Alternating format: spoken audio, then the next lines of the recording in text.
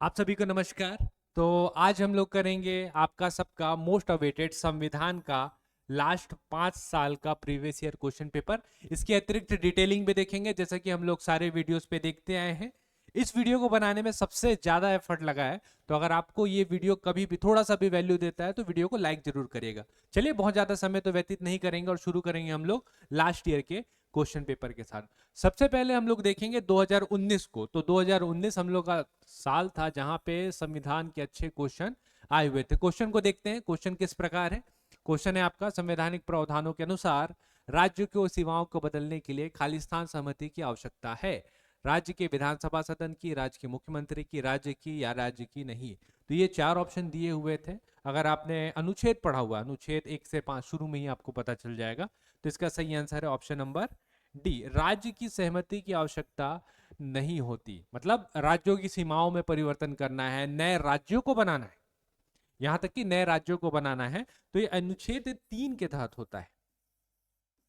अनुच्छेद 3 के तहत होता है। अच्छा, ऐसा भी तो हो सकता है ना कि कोई ऐसा राज्य रहे जो भारत की सीमाओं पे ना रहे, जैसे श्रीलंका। अगर हम लोग को श्रीलंका को कब्जा करके अपने पास लेना है, तब हम लोग कौन से अनुच्छेद के तहत लेंगे? तो वो आता है आपका अनुच्छेद नंबर 4 के तहत। तो ये दो आर्टिकल यहां से हम लोग को क्रॉस देखने को और सीखने को मिलेगा, तो इसको आप ध्यान रखेंगे, याद रखिएगा।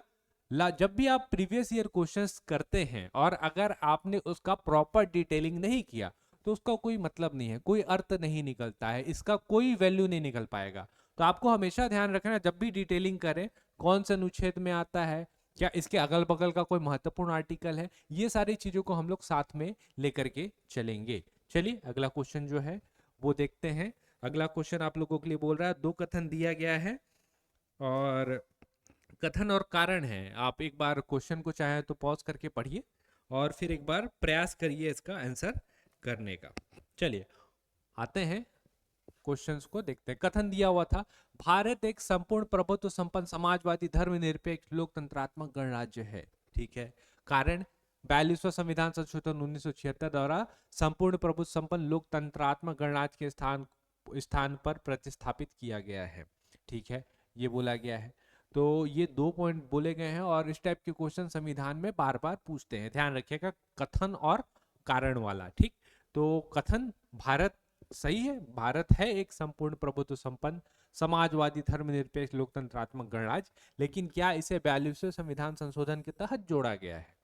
तो इस जगह पे इसका आंसर होता जी नहीं, नहीं जोड़ा गया। अच्छा, यहां से जो क्वेश्चन क्रॉस निकल के आएगा, तो 42वें संविधान संशोधन में क्या जोड़ा गया है, यही सारी चीजें तो अपने को देखनी है। तो 42वें संविधान संशोधन में तीन शब्द जोड़े गए थे। एक है आपका सोशलिस्ट, सेक्युलर और एक है आपका इंटीग्रिटी। सोशलिस्ट, सेक्युलर और इंटीग्रिटी, इंग्लिश में तीन शब्द। सोशलिस्ट समाजवादी, सेक्युलर आप जानते हैं धर्मनिरपेक्ष पंथ निरपेक्ष, दोनों नाम से इसको बोल सकते हैं, अलग अलग जगह पे अलग अलग मिलते हैं, इंग्लिश में सेक्युलर ही बोला जाता है। ठीक है। इंटीग्रिटी, ये तीन शब्द जोड़े गए थे। तो 42वें संविधान संशोधन में क्या ये सारे शब्द जोड़े गए थे? नहीं, सारे नहीं जोड़े गए थे। और इसी वजह से आप देखेंगे कि ऑप्शन जो है पूरा मैच नहीं कर रहा था, और इस वजह से इसको व्यापम ने विलोपित कर दिया। एक थे और यहाँ पे विपत्ति, विपत्ति नहीं बोलेंगे हम, एक बोलेंगे हम लोग, एक प्रॉब्लम और था यहाँ पे। इन्होंने जो शब्द दिया था वो दिया था धर्म निरपेक्ष। बहुत जगह पंथ निरपेक्ष लिखा हुआ है, तो पंथ होगा, धर्म होगा, कहीं पे पंथ है कहीं पे धर्म है, इसी कारण विवाद की स्थिति में इसे विलोपित कर दिया गया। लेकिन आपके लिए सीखने लायक यहाँ से क्या है कि तीन शब्द जो जो जोड़े गए, सोशलिस्ट, सेक्युलर और इंटीग्रिटी, ये तीन शब्द 42वें संविधान संशोधन में जोड़े गए हैं। ठीक है, इस शब्द को हम लोग ध्यान रखेंगे। अगले क्वेश्चन की तरफ बढ़ेंगे हम लोग। भारत में एक राजनीतिक दल का विलय दूसरे राजनीतिक दल में निम्नलिखित में से किस स्थिति में मान्य होगा? और चार ऑप्शन है आपके पास। जब विधान दल के कम से कम एक तिहाई सदस्य ऐसे विलय के लिए सहमत हो गए, जब विधान दल के कम से कम आधे सदस्य ऐसे विलय के लिए सहमत हो गए, विधान दल के 2/3 सदस्य ऐसे विलय के सहमत हो गए, या जब विधान दल के कम से कम 3/4 सदस्य ऐसे विलय के लिए सहमत हो गए। तो ऐसे चार ऑप्शन दिए गए हैं। तो अब यहाँ पे जो आता है जरूरी चीज, वो आता है यहाँ पे राजनीतिक दल का विलय दूसरे में। तो राजनीतिक दल का जब विलय होता है, तो ये जो टॉपिक है वैसे इसका पहले सही आंसर देख लीजिए, ये इसका सही आंसर हो जाएगा। विधान दल के कम से कम 2/3 सदस्य जो रहेंगे अगर दूसरे पार्टी को ज्वाइन कर लेते हैं तो दल बदल कानून के तहत वो डिस्क्वालिफिकेशन की कैटेगरी में नहीं आते। होता क्या है उसको हम लोग समझते हैं। हम लोग के पास एक शेड्यूल है जिसको हम लोग बोलते हैं 10th शेड्यूल। इसके बारे में जरूर आपने सुना होगा। 10th शेड्यूल जो डील करता है वो करता है दल बदल कानून के साथ, दल बदल कानून के साथ। इसको जोड़ा गया था आपका 52nd अमेंडमेंट एक्ट से, 52nd अमेंडमेंट एक्ट 1985।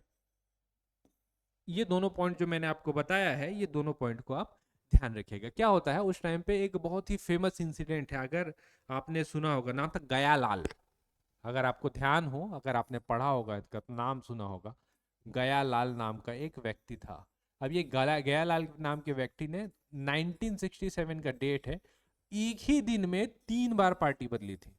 पहले यह कांग्रेस में था, उसके बाद फिर गया जनता दल में, जनता दल से फिर आया कांग्रेस में, कांग्रेस से फिर गया जनता दल में। तो इस कारण जो था ये दिख रहा था कि आप अपने फायदे के अनुसार इधर भी जा सकते उधर भी जा सकते। तो इससे जो है मतलब दल का जो ये रहेगा, मतलब एक मान्यता रहेगा, है ना, एक जो रहता है स्टेटस रहता है, वो खराब हो रहा था। तो बाद में यही सारी चीजों को ध्यान रखते हुए 10th शेड्यूल को लाया गया था। अब इसमें कुछ जो चीजें हैं वो जोड़ी गई। अब जोड़ी गई क्या चीजें कि अगर आप एक दल को छोड़ करके दूसरे दल को ज्वाइन कर रहे हैं तो क्या क्या कैटेगरी या क्या क्या कंडीशन हो सकते हैं। उसमें से एक ये है कि अगर एक दल है, एक पार्टी है, फर्स्ट पार्टी, उसके अगर 2/3 से ज्यादा विधायक या एमपी भी हो सकते हैं मिल करके हट करके दूसरे दल को जा करके ज्वाइन कर देते हैं तो वो डिस्क्वालीफाई नहीं माना जाएगा। और क्या क्या कैटेगरी है जहां पे आप डिस्क्वालीफाई हो सकते हैं, इसको भी हम लोग समझ लेते हैं थोड़ा सा। आप डिस्क्वालीफाई हो सकते हैं कहां पे? अगर आप एक पार्टी से संबंधित बिलोंग करते हैं, आप आते हैं उस पार्टी से, उस पार्टी ने आपको बोला कि इसके खिलाफ वोट करो, लेकिन आप बोलते हैं मैं उसके फेवर में वोट करूंगा। जैसे मोदी जी अभी आप देखेंगे रूलिंग पार्टी पे है, अब सामने कांग्रेस है, तो कांग्रेस अगर बोलता है कि मोदी जी के अगेंस्ट में बोलना है और सामने पार्टी वाला बोलता है कि नहीं मैं मोदी जी के फेवर में बोलूंगा, मतलब आप देखेंगे राजनीतिक विचारधारा जो है वो मेल नहीं खा रही है ना। आपकी अगर राजनीतिक विचारधारा मेल नहीं खा रही है तो आप पार्टी छोड़ दो, ये होता है पॉइंट। अब बोला गया है कि मोदी जी के फेवर में वोट मत करो, लेकिन उसके बावजूद उसने मोदी जी के फेवर में वोट किया। तो इस टाइप का जब कंडीशन बनेगा तो ये वाले कंडीशन पे जो राजनीतिक दल है उसको उसके पार्टी से निष्कासित कर सकती है। जब निष्कासित करेगी तो उसकी सदस्यता खत्म हो जाएगी। तो ये दल बदल कानून इस टाइप से अलग अलग टाइप से बनाए गए हैं और इसको मतलब हित की रक्षा के लिए बनाए गए हैं और दल बदल कानून से क्वेश्चन आते हैं। तो ये 10th शेड्यूल और 52nd अमेंडमेंट आया हुआ है, इसको आप ध्यान रखेंगे। आइए, राज्य की विधायिका संसद का एक सदस्य निर्वाचित होने के बाद भारतवर्ष में दल बदल के आधार पर होने वाली निर्भरता पर का अपवाद निम्न में से किस स्थिति पे माना जाएगा? फिर से दल बदल का क्वेश्चन है। आप देखेंगे ये 2019 उस टाइम पे दल बदल का क्या था ना, आप प्रैक्टिकल एग्जांपल भारत में आपको देखने को मिल रहा था। आपने ज्योतिरादित्य सिंधिया जी का नाम सुना होगा, दल बदल कानून के तहत ही एक पार्टी को छोड़ करके दूसरे पार्टी को ज्वाइन किया हुआ। अच्छा, मैंने जब 2/3 आपको बोला हुआ था तो यहाँ पे एक चीज और आता है कि 2/3 से अगर कम हुए तो 2/3 से कम हुए तो आपका जो पार्टी हेड रहेगा वो आपको पार्टी से निकाल देगा और आपका जो एमपी है अगर आप या विधायक है तो उसकी सदस्यता पूर्ण रूप से खत्म हो जाती है। ठीक है, तो ये होता है। तो ये आप देखिए एक बार, इसके चारों ऑप्शन दिए हुए हैं, एक बार आप ट्राई करके इसको जरूर देखिए।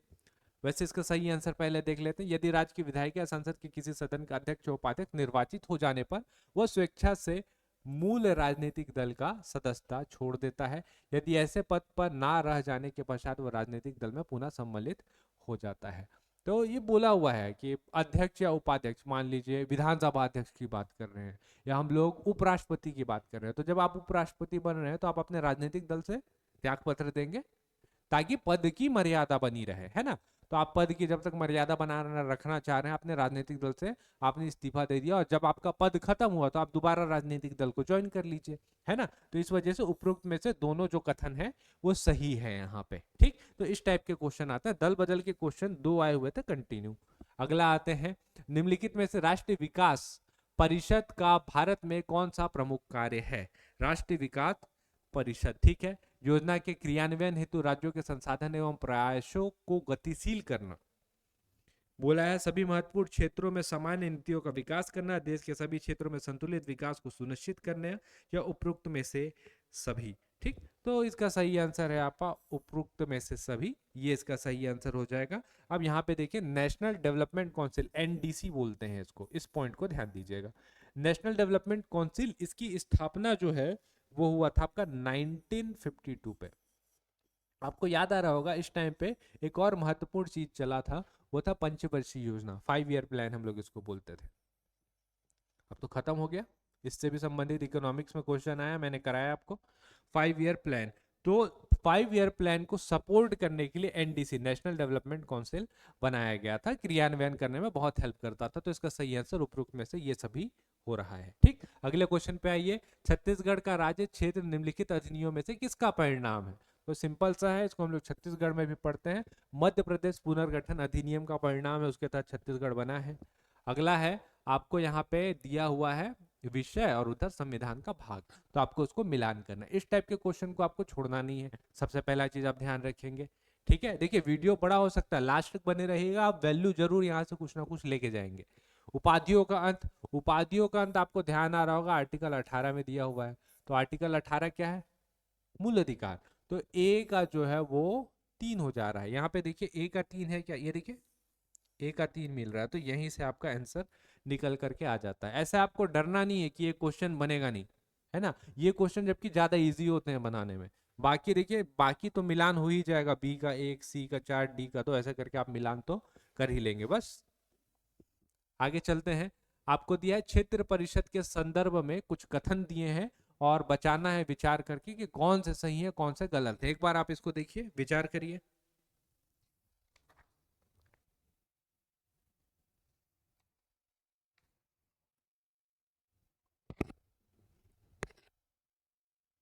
चलिए आते हैं एक एक करके देखते हैं।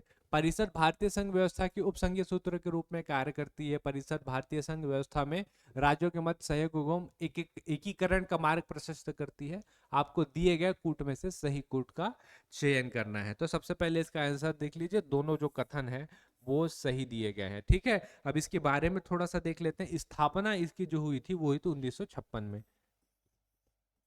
1956 में इसकी स्थापना अपने को देखने को मिलेगी, क्षेत्रीय परिषद, है ना। अब अगर आप राज्यों के बीच क्या हुआ था 1956 में, आपको याद आ रहा होगा, एक बना था राज्य पुनर्गठन आयोग, फजल अली कमेटी, है ना। तो उसी फजल अली कमेटी जब बना था तो आपको पता है कि क्षेत्रीय मुद्दे बहुत ज्यादा उठ रहे थे, भाषाई आधार पर मुद्दे बहुत ज्यादा उठ रहे थे। तो उसी को ध्यान में रखते हुए 1956 में इसका निर्माण किया गया था, क्षेत्रीय परिषद का। निर्माण आप समझ गए कि भाषाई आधार पर बहुत ज्यादा राज्यों के बीच में खींचातानी ये समस्या जो है ना हो, है ना। इसलिए उस टाइम पे भारत में 6 क्षेत्रीय परिषद बनाया गया था। तो अभी भी वही है आपका, टोटल 6 क्षेत्रीय परिषद आपको देखने को मिलेगा। इसके अतिरिक्त इसके अध्यक्ष कौन रहते हैं, इस पॉइंट को हम लोग ध्यान रखेंगे, क्योंकि जनरली अध्यक्ष जो रहते हैं ना पीएम ही रहते हैं, लेकिन इसके जो अध्यक्ष है वो है आपके गृह मंत्री। गृह मंत्री, और जो उपाध्यक्ष हुए यहाँ पे हमारे, उपाध्यक्ष जो होंगे वो रहेंगे आपके मुख्यमंत्री, जिसको हम लोग सीएम बोलेंगे। बहुत सारे राज्य हैं, तो अलग अलग राज्य के जो सीएम रहते हैं वो अस्थायी तौर पे बारी बारी करके उपाध्यक्ष के रूप में यहाँ पे चुने जाते हैं। ठीक है, अगले क्वेश्चन की तरफ हम लोग बढ़ेंगे। अगला क्वेश्चन है, निम्नलिखित में से कौन सा संविधान संशोधन अधिनियम गुड्स एवं सर्विस टैक्स का प्रावधान करता है? तो ये 101 है, इकोनॉमिक्स में भी हमने इसको देखा हुआ है। एक अंतर्राज्यीय परिषद की स्थापना की जा सकती है संसद द्वारा, राष्ट्रपति विकास परिषद द्वारा, या क्षेत्र परिषद द्वारा। आपको बताना है इसका सही आंसर क्या हो जाएगा। वैसे इसका जो सही आंसर है वो आपका राष्ट्रपति द्वारा। इजी क्वेश्चन है, बहुत ज्यादा इसमें चिंतन करने की आवश्यकता नहीं है। आर्टिकल आपसे पूछ सकता है, तो आर्टिकल आएगा आपका 263। 263 आर्टिकल के तहत आपको ये देखने को मिलेगा। अच्छा, स्थापना का श्रेय किनको जाता है? तो सरकारिया आयोग आया था, सरकारिया, सरकारिया आयोग, इसके तहत जो था सबसे पहली बार अंतर्राज्यीय परिषद का गठन हुआ था। तो ये इंपॉर्टेंट पॉइंट है। इसके पीएम कौन, इसके अध्यक्ष कौन रहते हैं, सॉरी, अध्यक्ष कौन होते हैं? अध्यक्ष आपको मिलेंगे पीएम, पीएम इसके अध्यक्ष रहेंगे। ठीक है, ये सारा पॉइंट हो गया। अगले क्वेश्चन की तरफ हम लोग आगे बढ़ेंगे। अगला क्वेश्चन है, फिर से कूट वाले दिए हैं, जनपद, क्षेत्र, तालुका और आंचलिक परिषद। अब यहाँ पे आपको बताना है। देखिए यहाँ पे क्या एक हल्का सा छोटा सा हिंट छोड़ देता है सीजीपीएससी या व्यापम दोनों, है ना।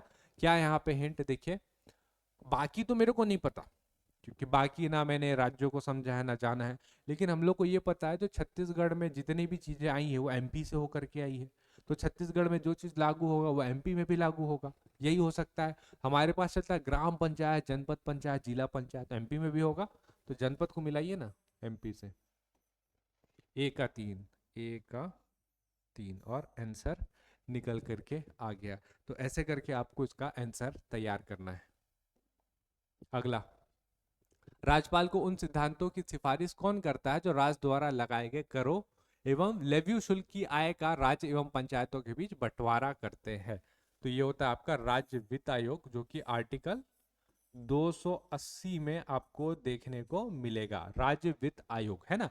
अच्छा, अभी जो लेटेस्ट वित्त आयोग बना है उसके बारे में मैं आपको बता देता हूँ। करंट अफेयर के पर्सपेक्टिव से सबसे ज्यादा महत्वपूर्ण है।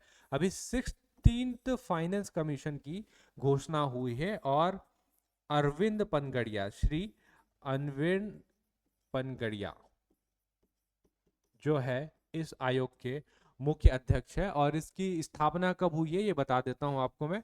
31 दिसंबर लास्ट ईयर 2023 में इस आयोग की स्थापना हुई है। जस्ट अभी 1 साल हुआ है। अभी ये अपना रिकमेंडेशन जब तक नहीं दे देता ना, यहाँ से क्वेश्चन आता रहेगा।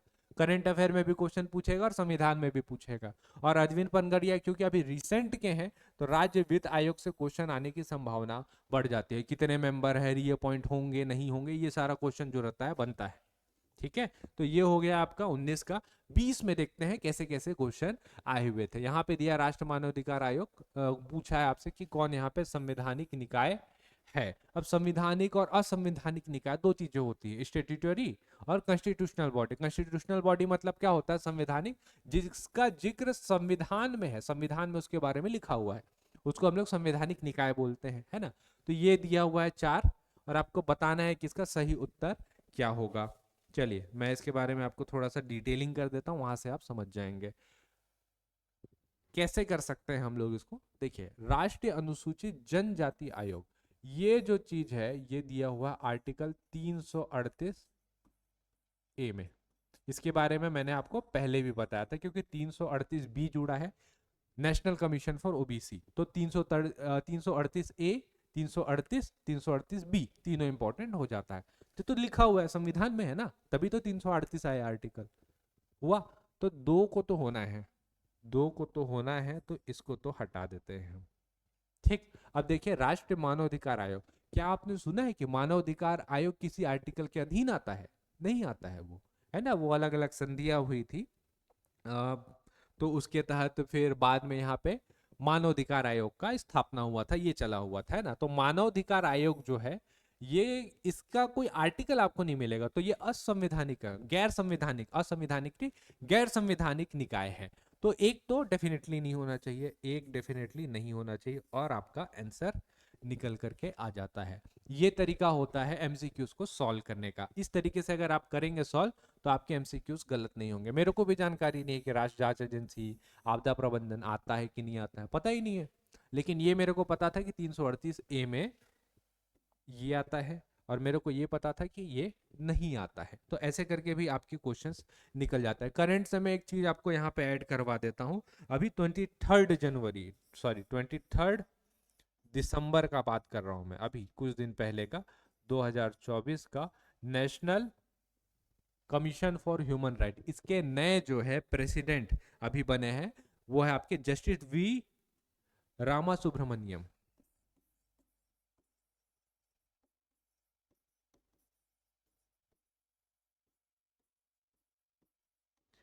जस्टिस वी रामा सुब्रमण्यम, ये इसके नए अभी ये बने हुए हैं। ठीक है, अब national commission for scheduled tribe, इसको भी थोड़ा सा देख लेते हैं।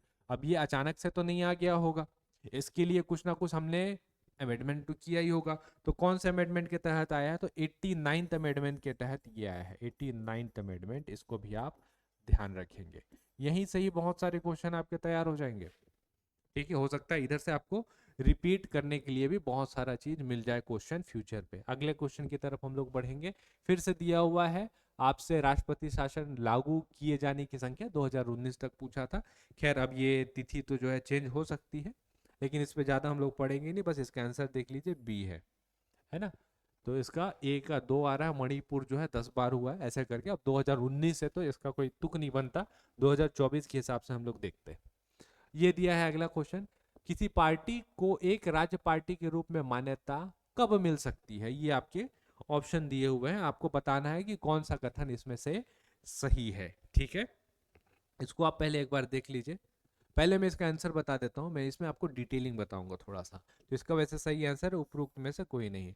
कुछ पॉइंट सही दिए हुए हैं, लेकिन जो पॉइंट्स इसमें दिए हुए हैं वो पॉइंट एग्जैक्ट पॉइंट नहीं है जो हमारे आंसर को एग्जैक्टली बता पाए, इस वजह से इसका उपरोक्त में से कोई नहीं आंसर हो जा रहा है। जैसे आप देखें, 6% वोट चाहिए या 2 विधानसभा की सीट चाहिए। तो राज्य के आम विधानसभाओं में, विधानसभा चुनाव में वैध मतों का 6% चाहिए। तो ये एकदम सटीक है, सही पॉइंट है। वो संबंधित राज्य के आज 2 सीटें जीत पाए, ये भी सटीक पॉइंट है। तो एक और दो ये हो गया। वो संबंधित राज्य के किसी आम लोकसभा चुनाव में पड़े कुल वैध मतों का 4% प्राप्त करें। 4% वाला कोई रूल नहीं है, 6% का ही रूल है। वो संबंधित राज्य के किसी आम लोकसभा चुनाव में पड़े कुल मतों का 6% वोट प्राप्त कर पाए, तो ये भी नहीं होगा। एक और दो होना चाहिए था, लेकिन इन्होंने विवाद की स्थिति को ध्यान में रख के, क्योंकि सिर्फ ये 2 पॉइंट नहीं होते, और भी पॉइंट्स होते हैं, है ना। क्या क्या होता है, 5 पॉइंट होते हैं टोटल। वो पांचों पॉइंट को मैं एक बार आपको एक्सप्लेन कर देता हूं, ताकि आपको थोड़ा सा आसानी हो जाए इसको समझने के लिए। अगर किसी पार्टी को यहाँ का स्टेट पार्टी बनना है, तो उसके लिए चाहिए विधानसभा में, सबसे पहला पॉइंट है आपका, 6% वोट लाइए विधानसभा में। टोटल कुल वैध मतों का ही बात करेंगे हम लोग, याद रखिएगा। वैध मतों का 6% लेकर के आइए। और है ना, याद रखिएगा, या नहीं, और 2 विधानसभा की सीट जीतिए, मतलब 2 एमएलए आपके होने चाहिए। तो पहला कंडीशन आपको ये फुलफिल करना पड़ेगा। उसके बाद दूसरा कंडीशन की बात करते हैं हम लोग। दिख रहा है, ये कलर चेंज कर लेते हैं। ठीक है, दूसरा कंडीशन है आपका 6% का आपको मार्जिन तो चाहिए कुल वैध मतों का। और हम लोग लोकसभा की सीट की बात कर रहे हैं, साथ में आपको एक लोकसभा का सीट चाहिए। ये दूसरा कंडीशन होता है। ठीक, उसके बाद बोला है थर्ड कंडीशन में, विधानसभा में 3%, विधानसभा में 3% वैलिड मत या 3 सीट। ठीक, चौथा कंडीशन लीजिए। चौथा कंडीशन बोला हुआ है 25 सीटों में से कम एक सीट, 25 सीट में कम से कम एक सीट आपको चाहिए, किसका? लोकसभा का। और लास्ट पॉइंट बोला है,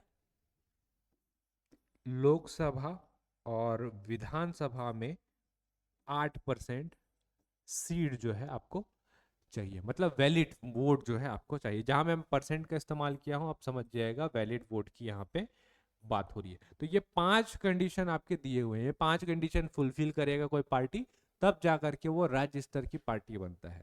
ऐसा नहीं है कि आपने रजिस्टर करा दिया, चुनाव लड़ रहे हैं और आप राज्य स्तर के कहलाएंगे, नहीं कहलाएंगे। अगले क्वेश्चन की तरफ हम लोग बढ़ेंगे। ये क्वेश्चन देखिए, सुंदर क्वेश्चन है।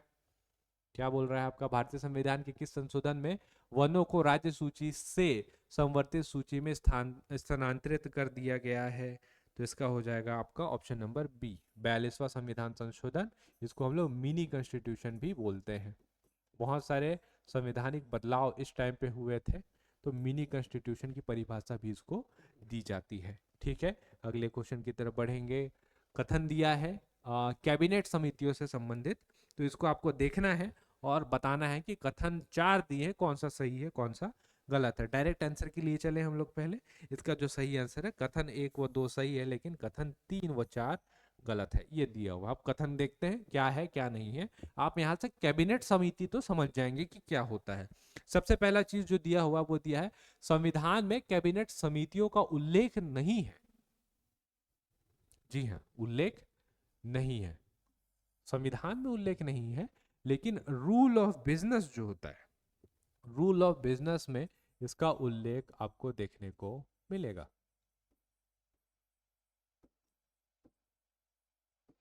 ठीक है, अब हम लोग को चलाना है संसद, तो संसद में रूल ऑफ बिजनेस भी होते हैं, तो उसमें इसका उल्लेख है।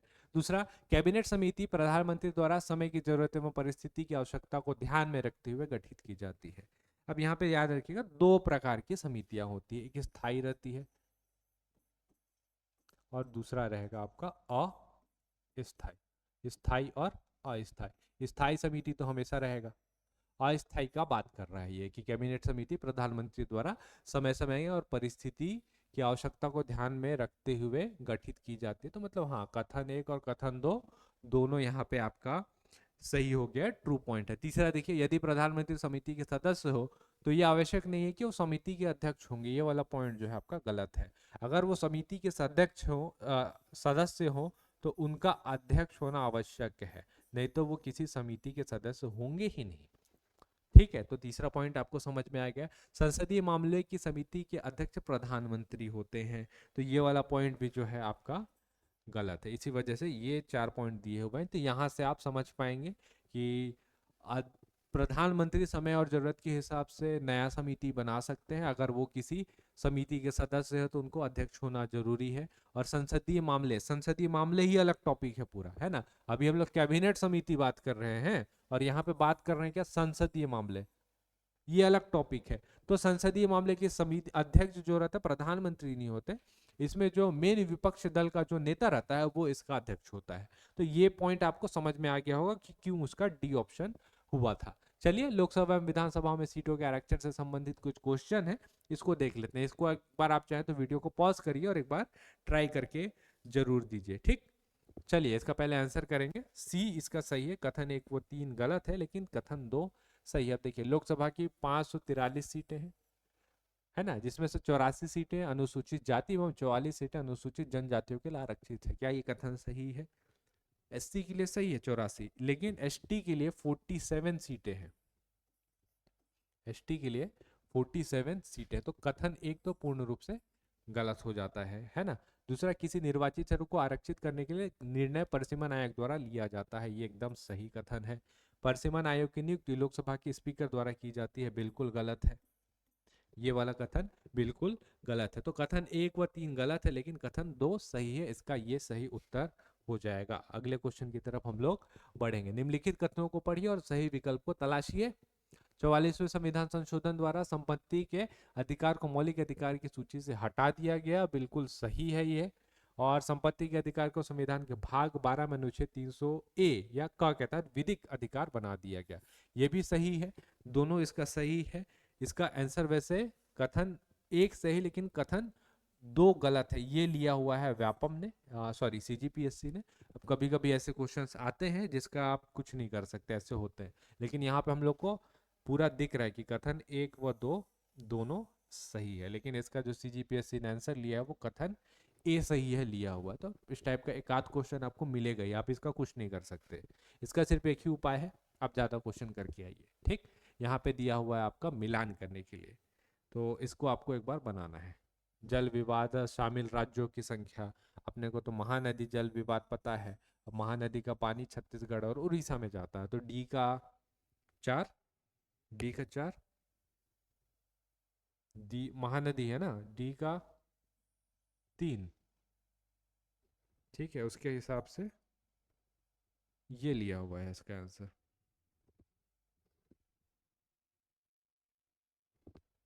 अच्छा रुकिएगा, इसमें शायद कोई गलती है एक।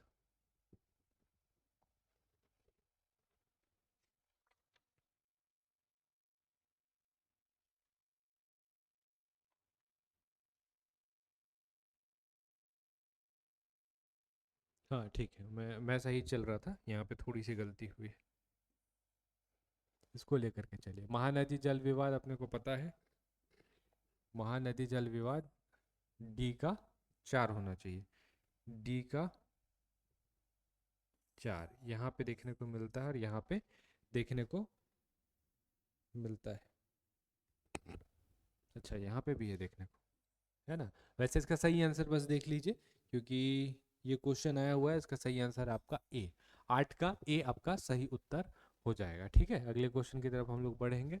ये दिया हुआ है कि किन लोगों को स्वतंत्र भारत के प्रथम मंत्रिमंडल और अंतरिम सरकार के पोर्टफोलियो में भिन्न रखा गया था। तो इसका एक ही आंसर वैसे सी एच भाभा है ना, मतलब केवल 3 इसका हो जाएगा। सी एच भाभा वाणिज्य एवं कॉमर्स एंड इंडस्ट्री को देख रहे थे, बाद में श्यामा प्रसाद मुखर्जी जी को वाणिज्य एवं कॉमर्स एवं इंडस्ट्री जो था वो मिला हुआ था।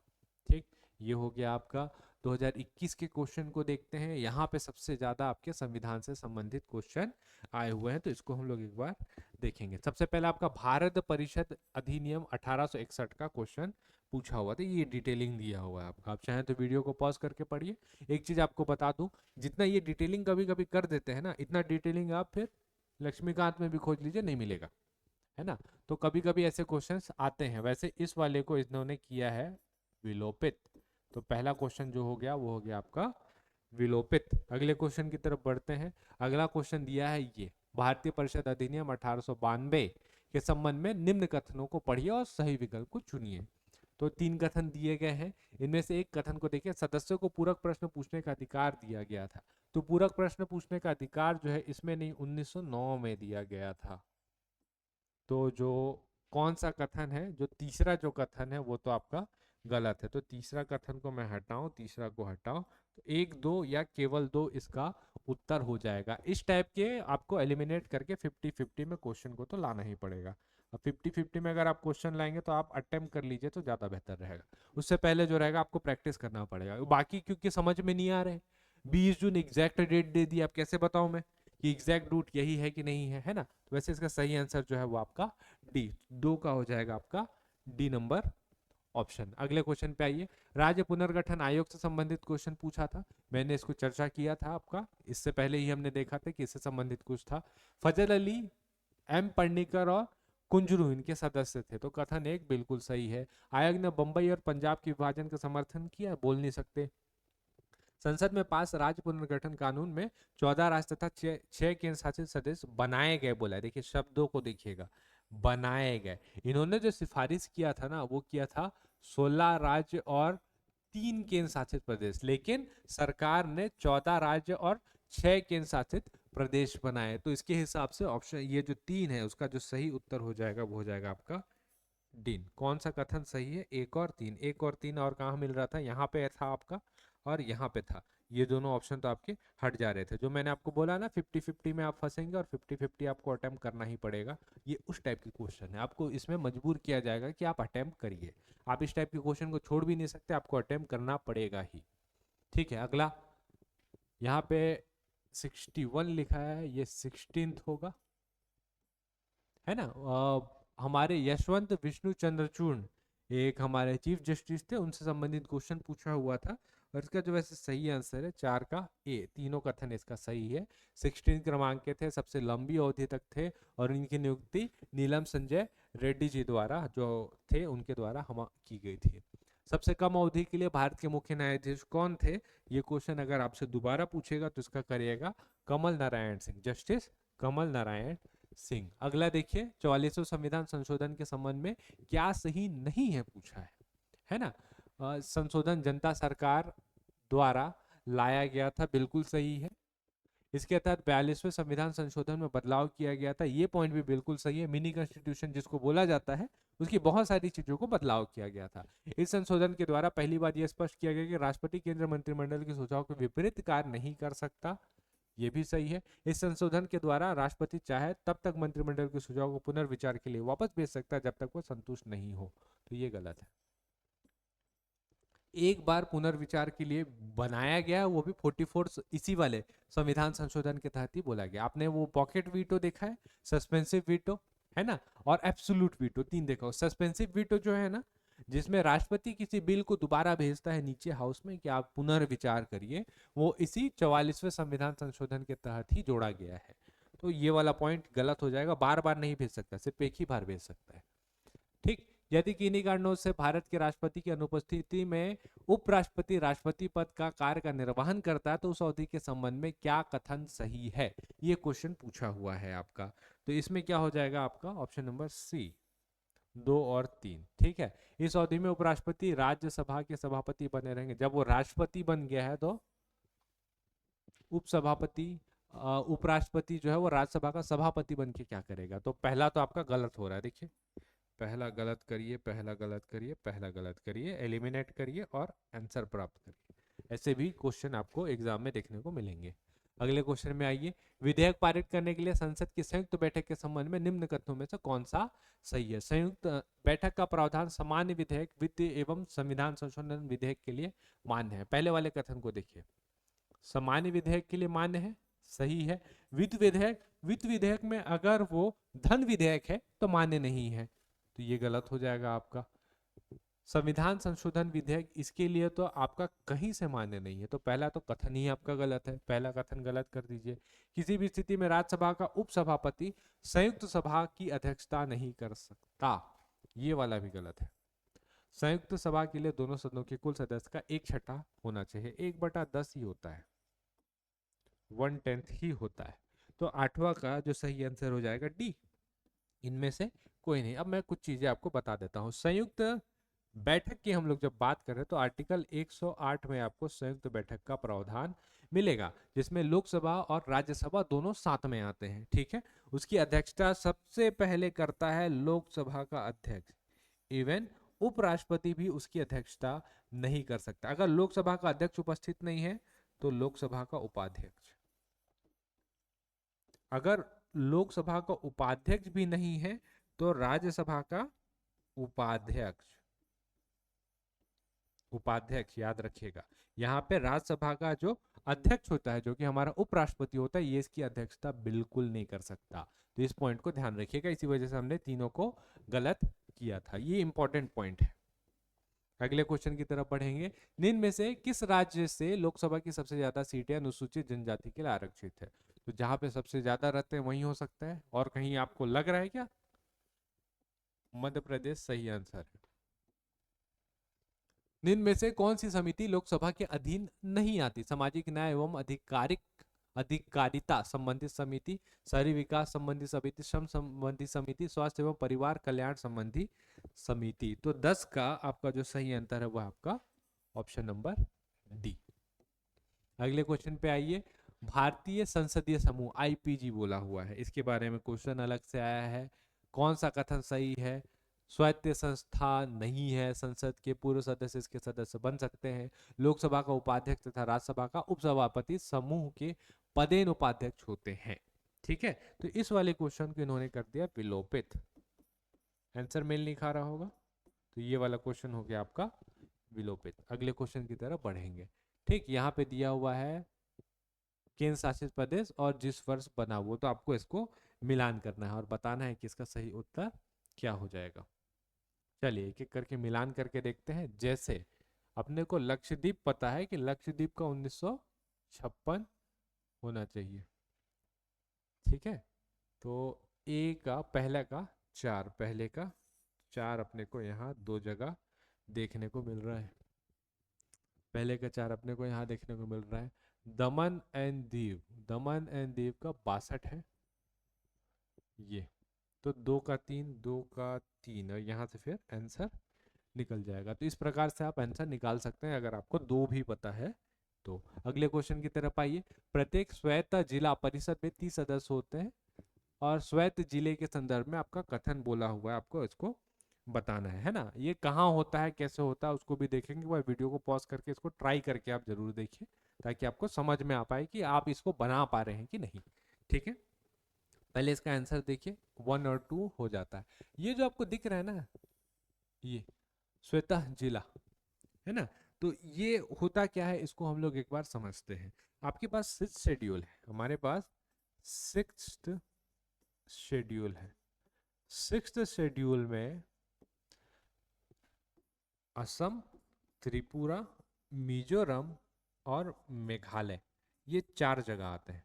अब यहाँ पे जो संचालन करना है, जगह को देख रेख करना है, संचालन करना है, तो संचालन करना इतना आसान नहीं है, इतना आसान नहीं है। मतलब ये जो आपके स्वतः जिले जो आपको दिख रहे हैं, ये संचालन में भाग लेते हैं, है ना। तो इसीलिए इसको बनाया गया है, क्योंकि ये जनजातीय प्रशासन है, जनजातियों का अलग से प्रशासन है, उसके लिए ये कॉन्सेप्ट यहाँ पे रखा गया है। तो अगर आप टोटल बात करेंगे ना, तो यहाँ पे आपको 10 टोटल ये स्वतः जिले जो है देखने को मिलेंगे। तो यहाँ के जो 10 जिले हैं, इसमें कितने, लगभग 30 सदस्य होते हैं एक परिषद में। एक परिषद में 30 सदस्य होते हैं। अब इस 30 सदस्य में से आप देखेंगे कि 26 का चुनाव होता है और 4 को मनोनीत किया जाता है। 4 को मनोनीत किया जाता है। तो ये आपका स्वतः जिला होता है। इस कॉन्सेप्ट को ध्यान रखिए आप कि कहाँ होता है। तो बाकी ये क्वेश्चन एकदम एग्जैक्ट तो रिपीट नहीं करेगा, लेकिन आप समझ जाएंगे कि हाँ, इस टाइप के क्वेश्चन ऐसे करके बनते हैं। पूछा है वित्त आयोग, देखिए वित्त आयोग आ गया, आर्टिकल 280 में देखा था ना हमने, इसको क्वेश्चन आया हुआ था इससे पहले ही। आयोग में कुल कितने सदस्य होते हैं, क्या होता है, इससे संबंधित क्वेश्चन आपका आया हुआ है। वैसे इसका सही आंसर जो है वो करेंगे ये, केवल एक सही। आयोग में कुल 5 सदस्य होते हैं और रीअपॉइंट भी होते हैं, और बाकी सारा चीज आपको पता ही है, क्योंकि वित्त आयोग को हमने देखा हुआ था। अरविंद पनगड़िया जी सबसे पहले, अभी जो 16th वित्त आयोग के हेड है वो वही है, ठीक है। संविधान के 74वें संविधान संशोधन के बारे में कुछ प्रावधान दिए गए हैं, आपको बताना है कौन सा सही है कौन सा नहीं है। इसका जो सही आंसर हो जाएगा वो हो जाएगा डी, 2, 3 और 4 ये सही इसका हो जाएगा। अगले क्वेश्चन की तरफ हम लोग बढ़ेंगे।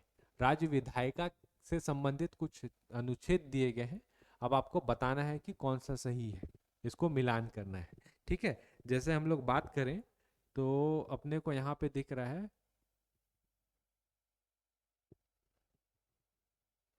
अच्छा ये देखिए यहाँ पे गलत लिखा गया, इसको 2 होना था, नहीं तो आपका उत्तर ही है। वित्त विधेयक की परिभाषा अनुच्छेद 199, तो 4 का 2 आप मिलान करते आपका सही उत्तर आ जाता। तो ऐसे क्वेश्चन मिलते हैं, हमने कंटिन्यू देखा हुआ है कि इस टाइप के क्वेश्चन आपको देखने को मिलेंगे, है ना। यहाँ पे पंचायती सांख्यिकी युक्तिकरण और कुछ चीजें दिया हुआ है, आपको इसको मिलान करना है।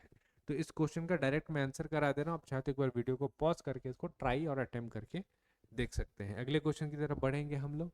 अगला क्वेश्चन फिर से दिया गया है, कथन दिया गया है, कारण दिया गया है। तो 18 का आपको बताना है सही उत्तर क्या हो जाएगा। तो सही उत्तर इसका 18 का है आपका सी, कथन ए सही है, परंतु आर जो कारण है वो गलत है। कि जिला न्यायाधीश जिले का सबसे बड़ा न्यायिक अधिकारी होता है, बिल्कुल सही है, सही है, लेकिन कारण कारण जो दिया गया है वो गलत है, ठीक है। अगले क्वेश्चन की तरफ हम लोग बढ़ेंगे। राज शासन के कार्य की प्रक्रिया के सिद्धांतों का निर्माण करने वाली प्रमुख शक्ति कौन है?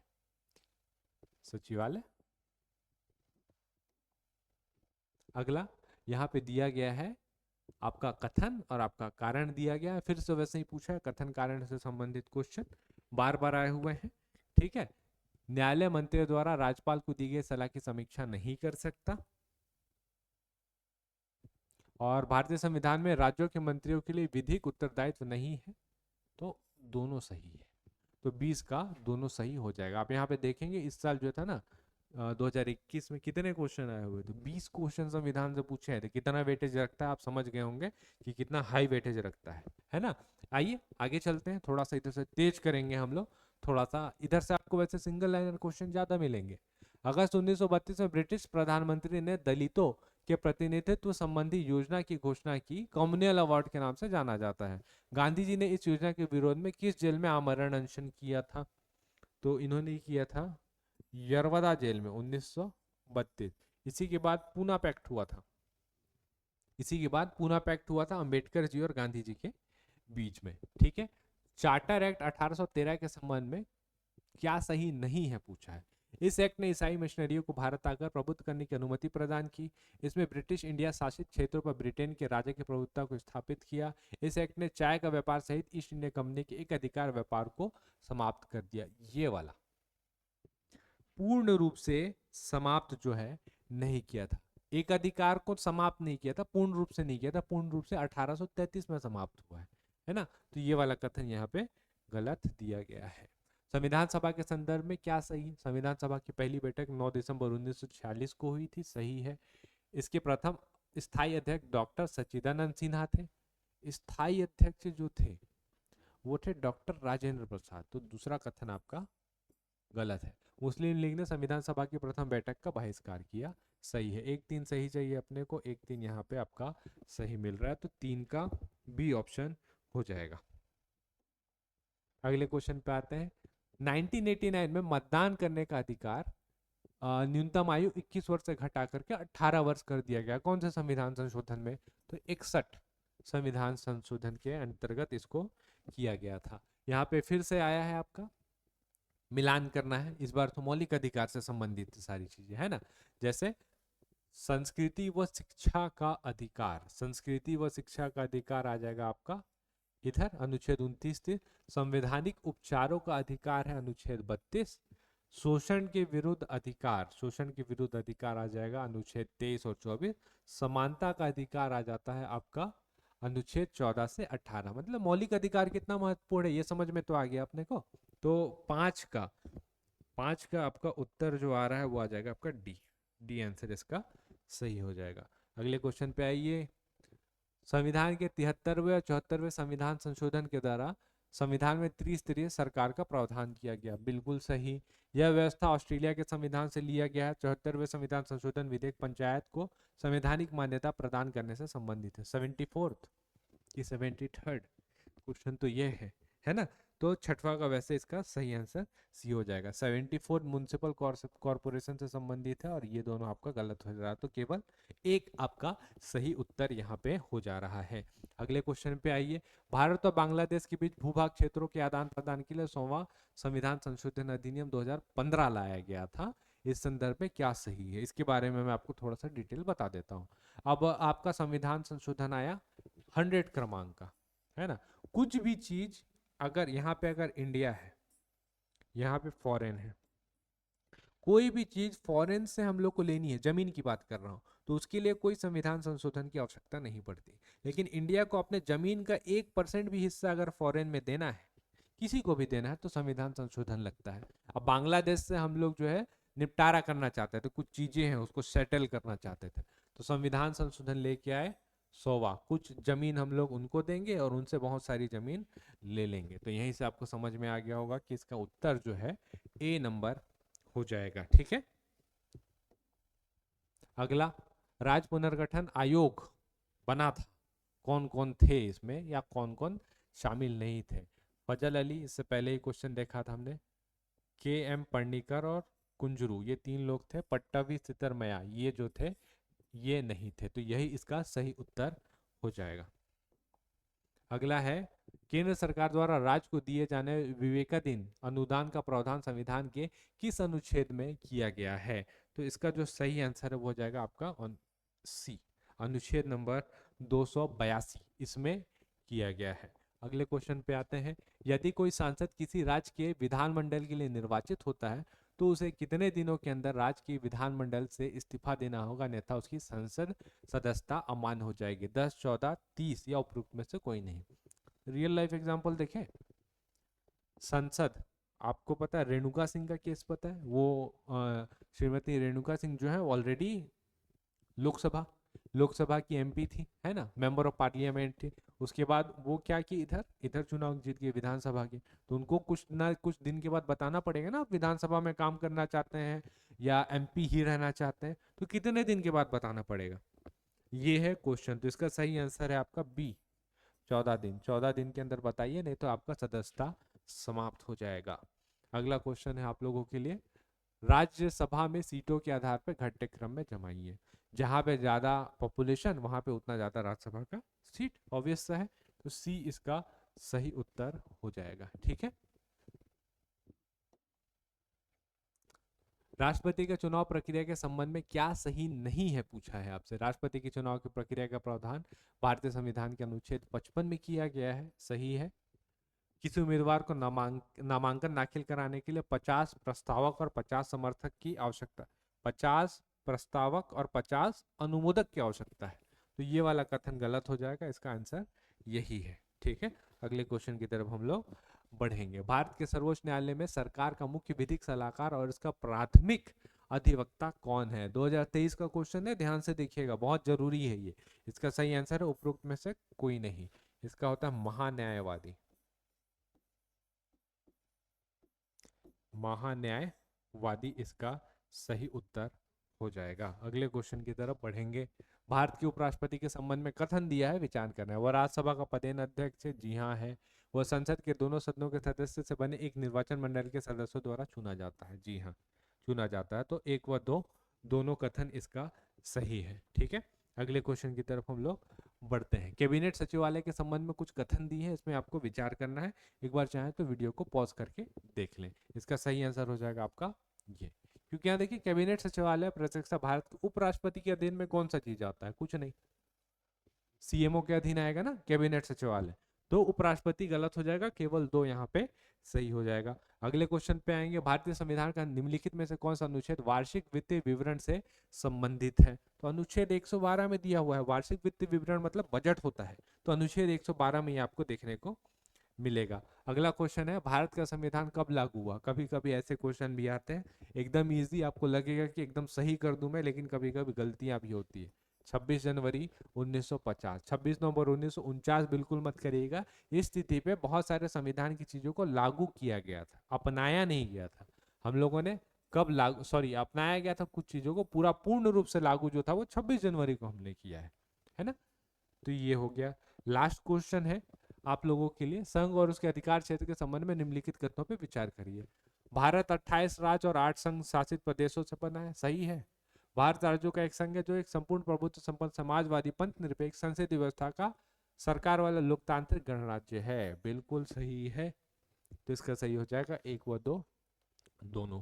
तो यहाँ पे हम लोग का होता है संविधान का सारा क्वेश्चन समाप्त। एक बार हम लोग देखते हैं और समझते हैं कि संविधान में क्वेश्चन कैसे कैसे कहाँ कहाँ से आए हुए हैं।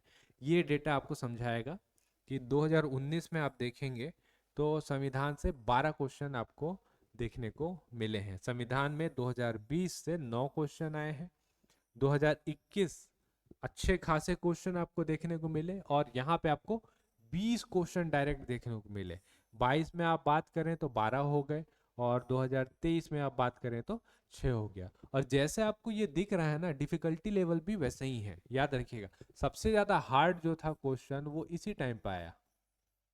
कब? ये 2021 में। सबसे ज्यादा इजी अगर मैं बोलूं तो 2030, ये 2023 में लास्ट ईयर जो था, सबसे ज्यादा इजी क्वेश्चन इस समय पे अपने को देखने को मिला है। तो संविधान ऐसा टॉपिक है जिसको आप इग्नोर नहीं कर सकते। वनडे एग्जाम ले लीजिए आप, सीजीपीएससी ले लीजिए, यूपीएससी ले लीजिए, क्वेश्चन आप इग्नोर बिल्कुल नहीं कर सकते। संविधान को डिटेल में पढ़िएगा, क्योंकि आप यहाँ 12 का बात करें, 9 का बात करें, आप नहीं बोल सकते कि अगली बार कितने क्वेश्चन आ रहे हैं, कितने क्वेश्चन नहीं आ रहे हैं। लेकिन आपको प्रॉपर संविधान जो है पूरा कंप्लीट डिटेल तैयार करके जाना पड़ेगा, तब आपको एग्जाम में इसका फायदा देखने को मिलेगा। हम लोग मिलेंगे अगले वीडियो पे। आशा करता हूँ कि ये पूरा एनालिसिस आपको पसंद आया होगा। कुछ चीजें हैं जो आप बताना चाह रहे हैं या कुछ चीजें आप पूछना चाह रहे हैं, तो नीचे कमेंट बॉक्स में आप कमेंट करके हमसे बातचीत कर सकते हैं। आपका जो कमेंट रहेगा वो हमेशा मेरे लिए बहुत वैल्यूबल रहता है, तो कमेंट जरूर करिएगा। और वीडियो पसंद आया तो वीडियो को लाइक जरूर करिएगा। चलिए हम लोग मिलेंगे अगले वीडियो में, तब तक के लिए आप सबका बहुत बहुत धन्यवाद।